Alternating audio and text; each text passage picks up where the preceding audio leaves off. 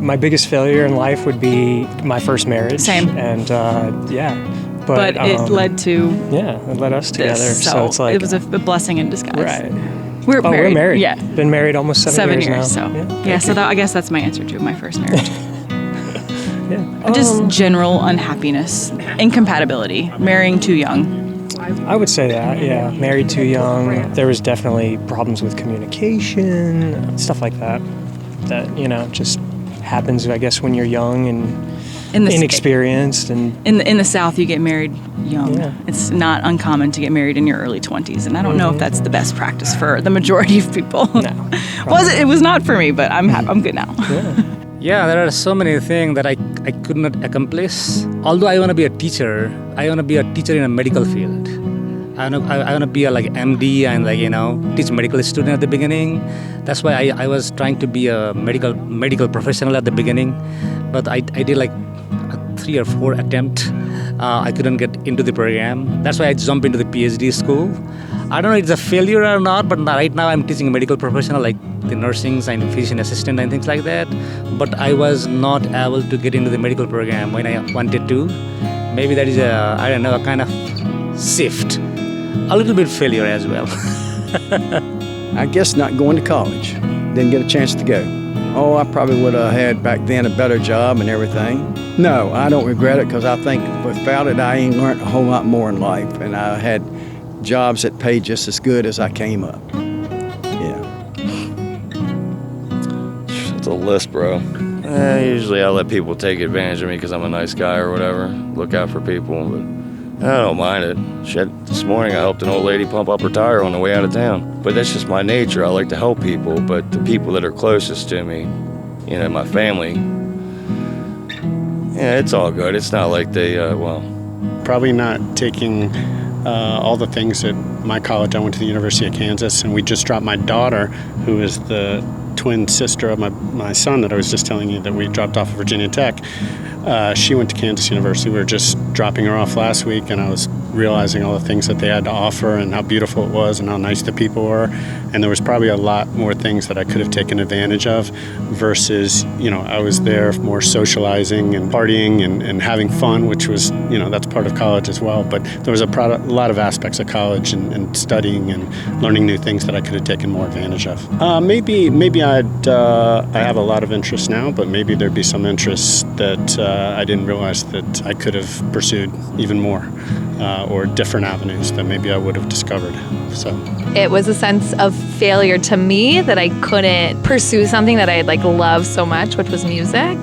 And it felt like this big failure to realize that I didn't want to do that, even though it's not necessarily a failure, but in my mind it was a big failure. But it's interesting that then it became something else that I am also my biggest turning growth point. So I'm having a hard time because same. Well, yes, there's failures in the moment. Things happen for a reason. I don't know. I try to live each day with intention and purpose, and how it falls is how it falls, and not think of it as a failure when it maybe doesn't turn out the way I want it to. I also don't have one point of failure, I think, but a time in my life that I think has changed the way I look at things sometimes and impacts my life. Sometimes I view it negatively, but other times I feel as I'm able to point out those things and recognize that, I feel it's also made me grow a lot. So I think that point is going through my parents' divorce as a child. So I was 10 years old, and obviously that wasn't a failure by my means, but I think it has led to certain aspects of how I go about relationships in my life, whether it be friendships or romantic partners, and impacted those. But I feel I've also grown a lot from those as well, recognizing that. Yeah. Doing house projects, house remodeling, and I remember having to run a wire for a TV. I had to run a wire from the roof down to the inside of the first floor. It's a 2-story house. And I decided I didn't really want to staple it to the side of the house. I wanted it to be in the wall. And I didn't really realize that the walls were insulated so that it would have to be pushed through the insulation. It was a horrendous project because I ended up cutting up the walls, and then I had to drill from the second floor to the first floor, and I didn't realize that the second floor overhangs the first floor. So I drilled to the outside, and I had to fix a lot of things just to do that. It always seemed like the remodeling projects were like that because you never really knew exactly what you were getting into until you started doing it. You think, oh, it's going to be this simple thing, and then, you end up cutting into a pipe that you didn't realize was there, and then you have to fix the pipe. And to get to the pipe, you had to cut a big section of drywall out. It's always something like that. Algebra 2, because I suck at math. I'm very good at girl math, but I'm bad at math. And Algebra 2, not my math. Oh my God, let's say you have a $10 off coupon and you want to buy a pair of shoes, and the shoes are like $35, and you have to spend, and you got your $10 off coupon, and you have to spend $50 to get free shipping. You have to buy something else. You have to buy something else to get to the $50. Then you don't necessarily want anything else. So you scroll through the website, and you go, oh, here's a shirt that will put me over that $50, but I don't really want it. So I'll probably send it back, and then I'll get my free shipping. Girl math. Or you may decide to keep it because you like it, and then you went, oh, I got $10 off the shoes. Girl math. My greatest accomplishment was marrying my wife, of course, for 56 years. My greatest failure was going into business, I think, in the photographic business, because it was a terrible job and I had to work nights and it wasn't good for the family. But we got through it because we both had to work different hours in order to raise our children, because we didn't have no silver spoon when I grew up. I had to make our own spoon so that we'd have something to eat and so forth. Now, in taking my wife's family, she lived on a farm and they drew everything, and it was a better life, I think, than I was. I grew up in Charlotte, North Carolina, which caused a lot of hardship in my life, I think, because of the personal accomplishments down there and so forth. Although I did accomplish a lot down there, but I mean, I think that up here was a lot nicer and it's a lot calmer and a lot better living conditions. I'll put that that way. I feel like it's probably like a set, because I play softball, so I'm always trying to my dad's my coach. I'm always trying to make him proud. So I feel like if I ever mess up or if I'm not practicing enough or something, I feel not a failure, but it's definitely a little set down for me. It's I do a lot of pitching lessons, so if a pitching lesson doesn't go well, then I always have to try to work harder in between them, so I can definitely improve by the next one. I'm trying to get recruited for college, so it's definitely something I have to really work for. Probably when I quit playing the violin. I used to be in the orchestra. It was a junior symphony. And I basically said, this is boring. I'm going to stop playing this. And it kind of made me lose my passion for music. I stopped listening to music altogether and playing my guitar and violin.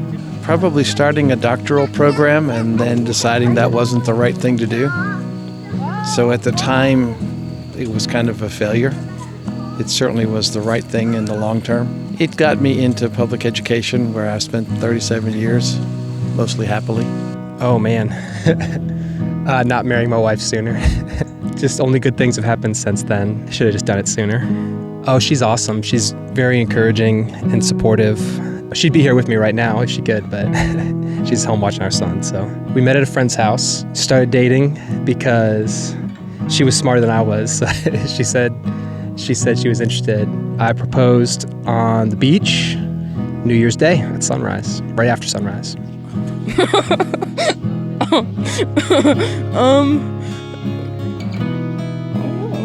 I tried building an RC car once. It didn't work. I don't know. I didn't have enough plastic, and it broke. I don't have a good answer. I think my biggest failure in life has been for so long not having a consciousness to filter my feelings through to turn into responses instead of reactions. That went on way too long. By the time I figured out how to have a consciousness and develop it, figure out who I wanted to be and what I wanted to put into the world, how to do it, I'd already hurt a lot of people through not having, that filter. That leads to a lot of regret. Thankfully, I have a consciousness now, and things have gotten a lot better. I think some people might even think of me as nice. I wouldn't really consider them failures. I consider them learning opportunities. I mean, I wouldn't consider anything I've done to be a failure. Like I said on the last chapter, it taught me a lot that I shouldn't run to certain things just because of other things. I feel like you really don't fail. You learn and get better from it in a way. There's no reason why you should consider something a failure. It's something that it taught you that you should keep with you. I guess it would be work. Don't do what you're not having fun with. I mean, I've worked many of jobs where it sucked, but I needed the money and kind of landed a better job that realized that, hey, you can still make money and have fun. I mean, it's just, you got to do what you want in life. I think that's relative, because I think our failures become our lessons. I know I've disappointed people, but at the same time, I think I've survived things that I didn't think I could.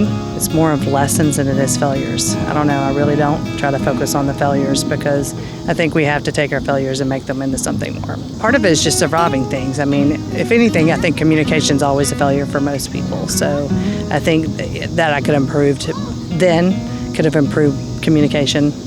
And then I kind of learned from that and try to go forward. My senior year of high school, I spent probably 6 to 9 months on this scholarship that was really big, and it was to pay for all my college, and I would have went to the Marine Corps as an officer. And whenever it all finished up, I was really satisfied. I'd worked really, really hard to get it. Whenever the results came out, I found out I didn't get it, which really hurt, because I spent so much time and put so much effort into just bettering myself and getting involved in extracurricular activities and trying to bump up my grades and just be more physically fit to kind of fit their standards that they were looking for. It wasn't enough for them, I guess. And so when I didn't get it, I was really upset, but it ended up working out really well for me. No big regrets there.